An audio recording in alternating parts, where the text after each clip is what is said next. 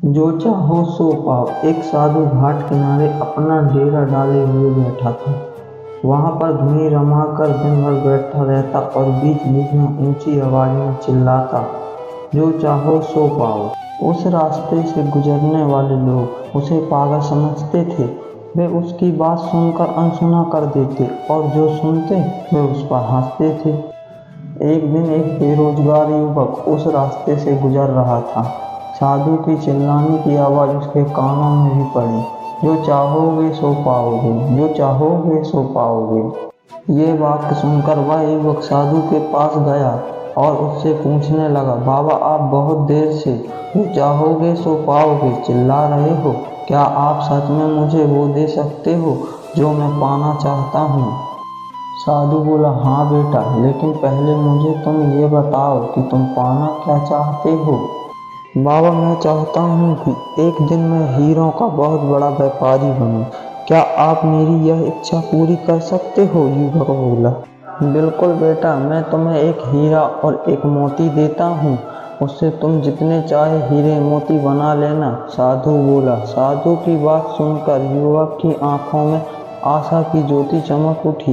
फिर साधु ने उसे अपनी दोनों हथेलियां आगे बढ़ाने को कहा। युवक ने अपनी हथेलियां साधु के सामने कर दी। साधु ने पहली उसकी एक हथेली पर अपना हाथ रखा और बोला, बेटा ये दुनिया का सबसे अनमोल हीरा है, इसे समय कहते हैं। इसे जोर से अपनी मुट्ठी में जकड़ लो। इसके द्वारा तुम जितने चाहो उतने हीरे बना सकते हो। इसे कभी अपने हाथ से निकलने मत देना। फिर साधु ने अपना दूसरा हाथ युवक की दूसरी हथेली पर रखकर कहा, बेटा यह दुनिया का सबसे कीमती मोती है, इसे धैर्य कहते हैं। जब किसी कार्य में समय लगाने के बाद भी वांछित परिणाम प्राप्त न हो तो इस धैर्य नामक मोती को धारण कर लेना। यदि यह मोती तुम्हारे पास है तो तुम दुनिया में जो चाहो वो हासिल कर सकते हो। युवक ने ध्यान से साधु की बात सुनी और उन्हें धन्यवाद कर वहां से चल पड़ा। उसे सफलता प्राप्ति के 2 गुरु मंत्र मिल गए थे।